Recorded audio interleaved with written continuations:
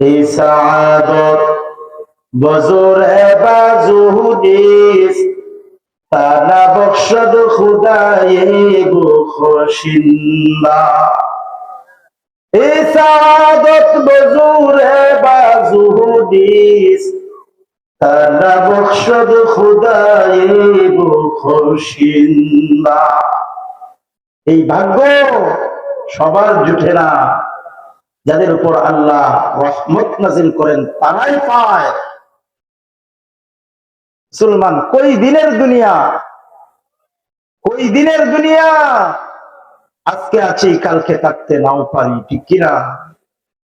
গত বছর যারা চিরে এই মহল্লায়, এই এলাকায়, এই বছর তাদের অনেককেই আমরা হারিয়ে ফেলেছি। জীবনের জন্য তারা পৃথিবী ছেড়ে চলে গেছেন, আর কোনোদিন তারা পৃথিবীতে আসবেন না। তাদের সাথে আমাদের সাক্ষাৎ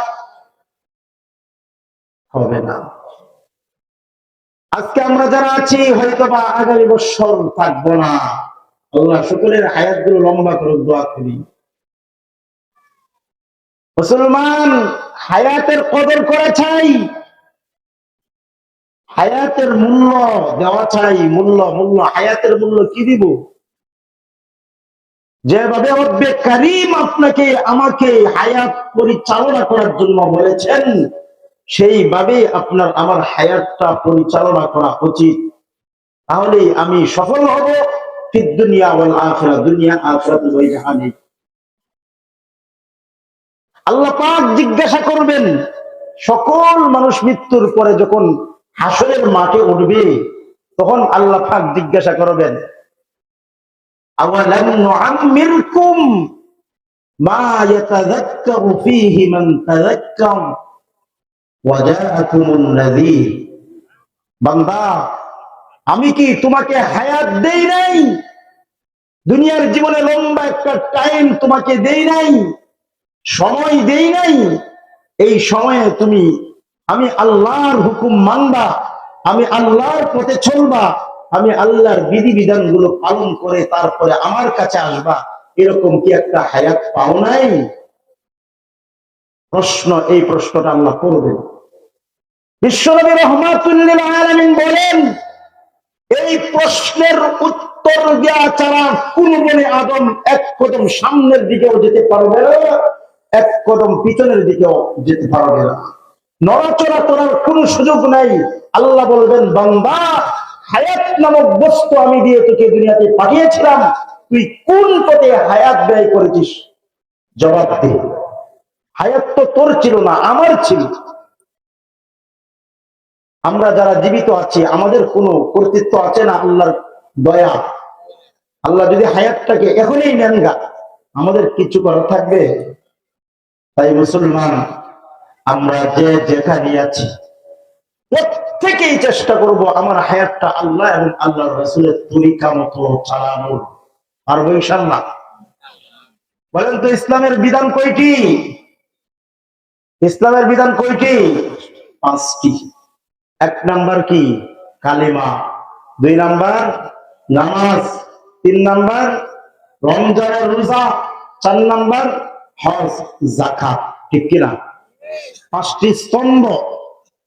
তার মধ্যে কালিমা যে স্তম্ভ, এটা 24 ঘন্টা প্রত্যেকটা মুমিন আর মুসলমানের সাথে থাকতে হবে।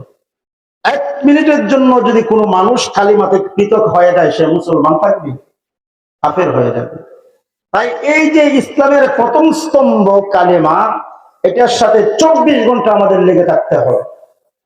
2 নাম্বার হলো নামাজ। এই নামাজ প্রতি মুহূর্ত বান্দা নামাজের সাথে লেগে থাকবে না। প্রতি মুহূর্তেই নামাজের মধ্যে বান্দা থাকবে না। 24 ঘন্টার মধ্যে শুধুমাত্র কেবলমাত্র 5টা সময়ে নামাজ আদায় করবে না? সব সময় সকাল বিকাল রাত 24 ঘন্টায় নামাজ আছে?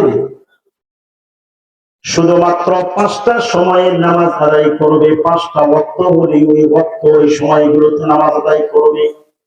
ইন্নাস সালাতা কানাত আলাল মুমিনিনা কিতাবাম মাওকুতা। সময় হলেই এই বিধানটা আমাদের নিকট।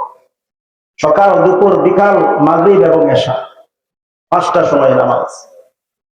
আর 3 নম্বর যে স্তম্ভ রমজানুল মুবারকের রোজা, এটা আবার প্রতি মুহূর্তেও না, প্রতিদিনও না, প্রতি মাসেও না, বৎসরে একবার, বৎসরে রমজান মাস।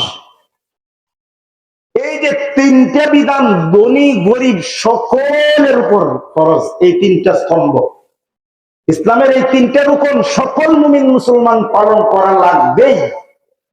আরো যে 2টা বিধান হজ এবং যাকাত, এগুলো সকল মুমিন মুসলমানের উপর ফরজ নয়, শুধুমাত্র কেবলমাত্র যাদেরকে আল্লাহ অর্থ দিয়েছেন, ভরে দিয়েছেন, টাকা দিয়েছেন তাদের উপর। নেশাব সমপরিমাণ মাল যার আছে তার উপর যাকাত ফরজ, বাকি অন্যান্য মুসলমানের উপর যাকাত ফরজ নয়। মক্কা মদিনায় যাতায়াত করার মতো খরচ যার আছে তার উপর হজ ফরজ, বাকি অন্যান্য মুসলমানের উপর হজ ফরজ।